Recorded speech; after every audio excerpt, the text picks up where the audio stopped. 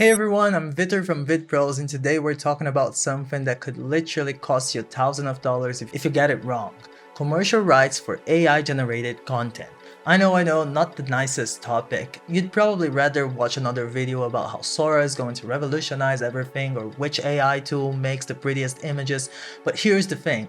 None of that matters if you get hit with a copyright infringement lawsuit because you didn't understand the terms of service. So if you've never used AI to create content for clients, for your business, or for anything where money is involved, and let's be honest, that's most of you, this video might save your career. We're going to break down exactly what you can and can't do with content from major AI platforms, and more importantly, how to avoid legal disasters. Let's get into it before you accidentally break the law again. And yes, again. Alright, real talk. I know most of you clicked I agree on those terms of service without reading a single word. We all do it, but with AI platforms that's like signing a contract in a language you don't understand and hoping for the best. Here's why this actually matters. AI-generated content exists in a legal gray area that traditional copyright law wasn't designed to handle. In most countries, including the United States, copyright protection requires human authorship. That means if AI creates something entirely on its own without meaningful human input, it might not even be eligible for copyright protection at all. But Victor, you're saying I paid for the subscription. That doesn't mean I own it? Not necessarily. Ownership and commercial usage rights are two completely different things. You might own the output, but that doesn't mean automatically you can use it commercially. It's like owning a car but not having a driver's license. Technically, it's yours, but you still can't legally drive it. And here's where it gets worse. Many AI models are trained on copyrighted material scraped from the internet. So when you generate something, it might accidentally reproduce or closely resemble copyrighted works. Use that commercially without the rights license, and congratulations, you're now dealing with potential infringement claims. The stakes are real. We're talking lawsuits, financial penalties, and your brand reputation going down in flames. All because you didn't spend 10 minutes reading the fine print. Let me give you 3 reasons why understanding commercial rights is worth your time. Legal protection. This is your insurance policy against expensive legal battles.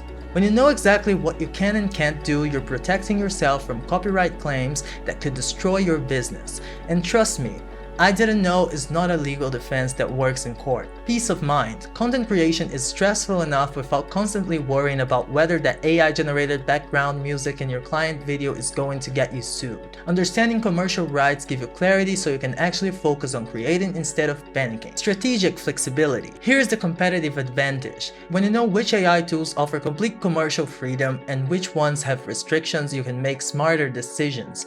Your competition is out there using tools they don't understand. You're making informed choices that maximize your creative potential with the legal landmines. Think of it this way, you wouldn't drive without knowing traffic laws. Why would you use AI commercially without knowing the rules? Okay, let's talk about why AI copyright is such a disaster right now. Traditional copyright law requires human authorship, but AI doesn't have feelings, doesn't have intent, and definitely doesn't file tax returns. So when AI creates something entirely on its own, most legal systems don't recognize it as copyrightable. It's essentially public domain, which means anyone can use it, but also means you can claim exclusive rights to it. Now add human input to the equation. When you write detailed prompts, curate results, or edit AI outputs, that human creativity might qualify for copyright protection. The problem, there's no clear legal threshold for how much human input is enough. It's all vibes and legal interpretation right now. Then there's the training data issue. Most AI models are trained on massive datasets that include copyrighted works, images, text, videos, music, all scraped from the internet without explicit permission from original creators. Companies like Stability AI have faced lawsuits over this exact issue. This creates a paradox. The AI is trained on copyrighted material, generates new content based on that training, and nobody's quite sure who owns that or who's liable when something goes wrong. It's a legal gray area so murky that even copyright lawyers are still figuring it out. Different countries handle this differently too. The US strictly requires human authorship. The UK recognizes computer-generated works with specific copyright rules. The EU has the AI Act with comprehensive regulations. So what's legal in one country might be a violation in another. Fun times, right? Let's get specific about what you can actually do with your content from major platforms. VO3, the premium trap. This is Google's bleeding edge AI video generator. Creates professional videos with audio, dialogue, music,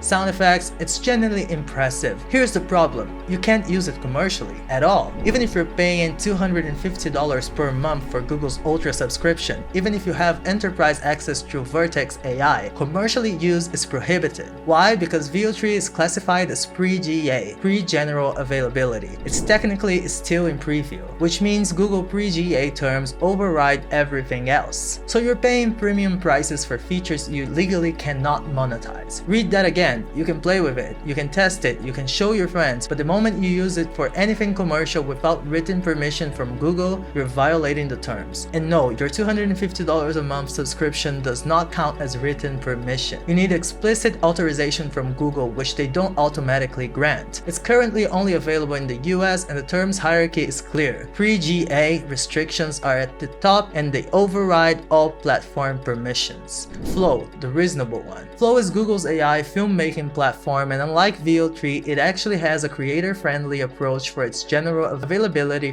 features. For GA features, Flow allows commercial use and grants you full ownership rights. That's the good news. The catch? This permission doesn't extend to pre-GA components like VO3 when accessed through Flow. So even though Flow itself is commercially permissible, if you're using preview features within the platform, those specific components remain restricted. Interaction with Google's ecosystem, Gemini, Whisk, Vertex AI, Workspace makes it accessible to a wide range of creators. Just make sure you're clear on which features are GA and which are still pre-GA before you use anything commercial. Midjourney, pay to play. Midjourney has become the go-to for AI image generation, and they offer commercial usage rights, but only if you pay for them. Free tiers users are restricted to personal, non-commercial use only. You need a paid subscription or commercial licenses to use generated images in commercial projects. Even with paid plans, there might be attribution requirements or usage limitations depending on your specific license tier. The key here is making sure your subscription level matches your intended commercial use. Don't cheap out on the free plan and then use images for client work. That's how you get in trouble. ChatGPT, DALL-E, and others. OpenAI's platforms generally allow commercial use of content generated through paid plans. However, and this is important, the specific terms require careful review. Some platforms demand attribution, restrict resale of redistribution, or limit commercial use to specific industries. The licensing terms vary dramatically between platforms. What works for ChatGPT might not work for DALL-E. What's worked on one AI writing tool might be prohibited on another. You cannot assume consistency across platforms. Here's a quick comparison. VO3, commercial use prohibited without written permission. Flow, commercial use allowed for GA features only. Midjourney,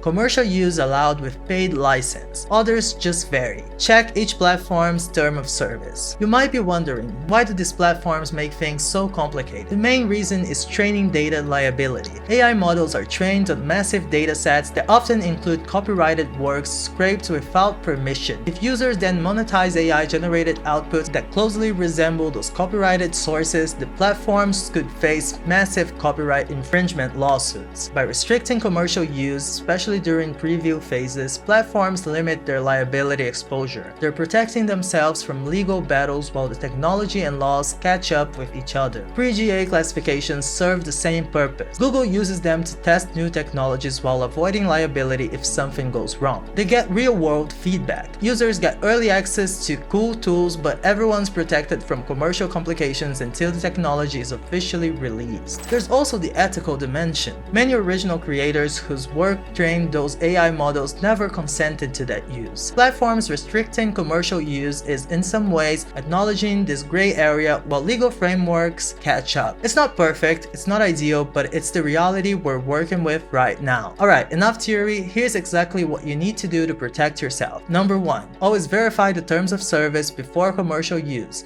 This is non-negotiable. Make reviewing TOS part of your workflow. Before generating content for any commercial project, spend 5 minutes reading the platform's rules. Boring? Yes. Essential? Absolutely. Number 2. Pay for commercial licenses where required. Platforms like Midjourney require commercial license. Don't try to save money by using free tiers for paid work. The license fee is insurance against much more expensive legal problems. Think of it as a business expense, not an optional upgrade. Number Number 3. Understand limitations of resale, modification, and attribution. Commercial licenses often come with strings attached. Some restrict modifications, some prohibit resale, some require attribution. Read the fine print so you don't violate terms by accident. If a client asks you to do something that violates the license, you need to know that before you agree. Number 4.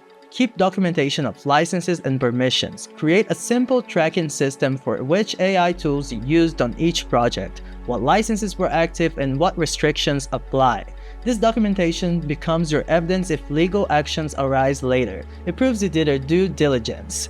Number 5. When in doubt, consult legal expertise. AI copyright law is complex and constantly evolving. For high-stakes commercial projects or unclear situations, consulting with intellectual property attorneys provides clarity and peace of mind.